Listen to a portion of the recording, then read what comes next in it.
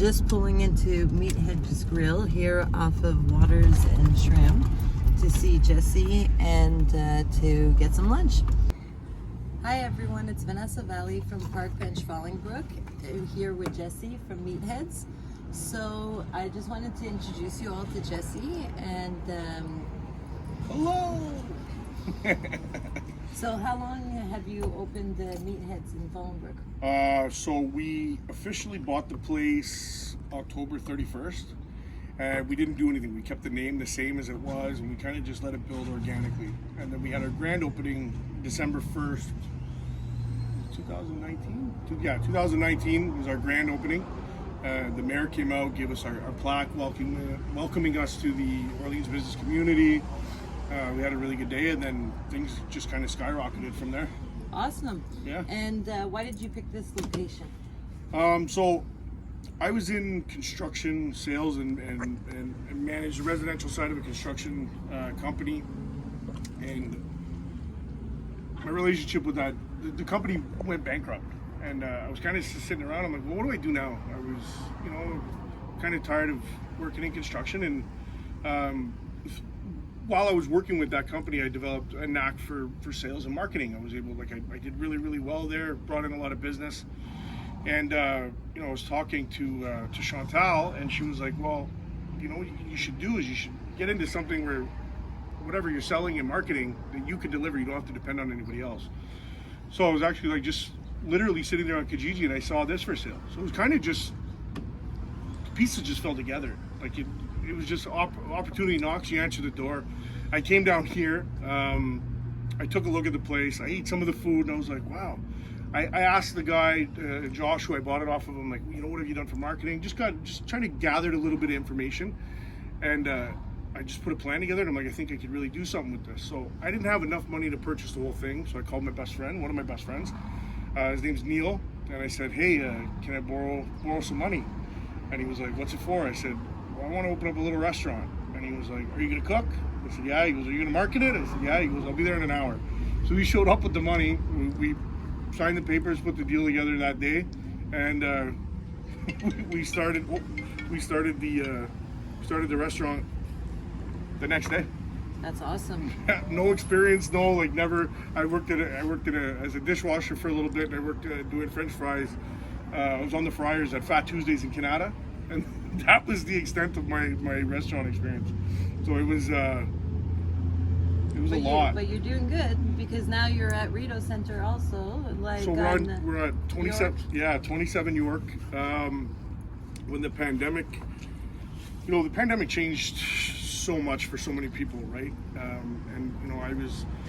A lot of people when I had opened this, people were like, you're crazy. Most restaurants, most places, they don't survive, the first year. I don't know the actual numbers. It's like 80% flop in the first year. And then the following year, the rest, and like a very small margin, 5 or 10% actually stay going. And I said, yeah, not only am I going to open one, I said I'm going to have a second one within the first year. So November, I was talking to the owners down at the 27 Club. Now they're a live music venue. They're a big place, beautiful decor inside, so funky and just great atmosphere. But they couldn't open because of the pandemic, and they didn't sell food before. So I said, listen, why don't you guys let me, sublease your kitchen, and I'll provide food for your customers, and we'll run the same thing we're doing here as a takeout spot. But it gave them the opportunity to, provide food and be able to open up more as a restaurant, and kind of pivot what they were doing. That's awesome. Yeah, that's awesome. And you buy your food locally too? Yes. So in the summer months, obviously Canada can't get a lot of fresh produce in January. Yeah. But through the summer months, we keep everything as local as possible. All of our beef comes from Laverne Western Beef in Navan.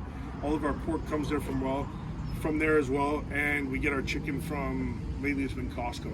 Oh, that's awesome. But wherever we can, I've looked for chicken suppliers, and it's the price just doesn't make sense to go to some of the local guys I've spoken to. I would have to charge so much for a chicken sandwich or fried chicken that you guys enjoyed today. I don't think my customers would like it very much. No, the prices of everything. And the pandemic has driven the prices on a lot of goods substantially. They've gotten higher, but we make the best of any situation. Yeah, and you also do some charity work. Yeah, so when the pandemic started, again, Chantal, she works in the intensive care unit, and she had come home one day and she was like, I've never seen the unit, like the morale was so low. She's like, everybody's so scared. You got to remember, like when this first started, we were watching it come from China, Italy, Europe, all that stuff, and it was heading our way. And I don't think anybody really knew what to expect. So there was a healthy amount of fear there. Obviously, you're afraid. Generally, you're fear of the unknown, right? So they were in.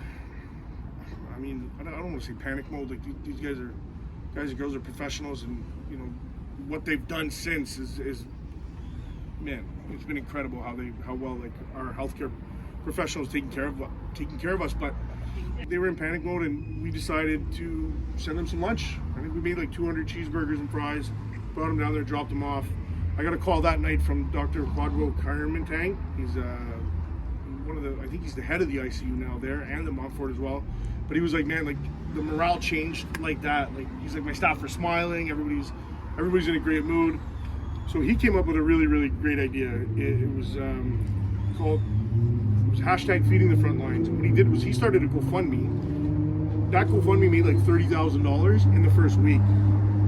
So he was like, listen, I want to hire your restaurant to cater to the hospital. I want to do this on a regular basis. And I was like, well, not just us. I'm like, but there was other restaurants around here that I know were suffering due to it. So, we reached out to a few of those, and yeah, it was just a way to like supplement some income that we had lost due to the pandemic.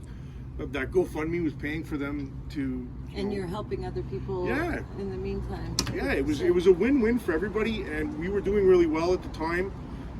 All the other restaurants like closed down, all the indoor seating places, and they were trying to pivot to go to takeout models. And I know a lot of guys struggled with it, a lot of business owners struggled with it, but you know what? We just said, let's do that, and we've continued to do stuff like that. We continue to donate stuff to the hospitals. I have a deli as well with my partner Raphael. He's we started that off by donating I think 100 sandwiches or 150 sandwiches, something like that.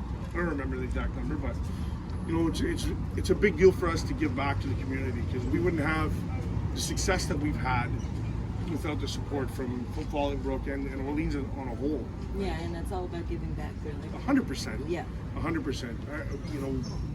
Strong believer that whatever you put into the universe is what you get back. Exactly. So, Anything else new and exciting going on with Meatheads in the next little while? Yeah, so Saturday actually at our downtown location, LTE is putting on a search for Ottawa's best tacos and tequila drink.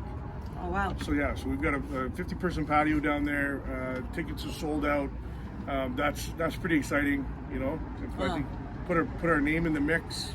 Because down there we don't have a huge following, but I think this is really going to help people see. It's going to be a good event. What our cooks and what we're capable of coming up with. Yeah, I'm going to head there and check it out, and I'll also list the specials that Jesse has during the week. Yeah. And at the end of this video, and you guys could come and check out Meatheads for yourself. Amazing.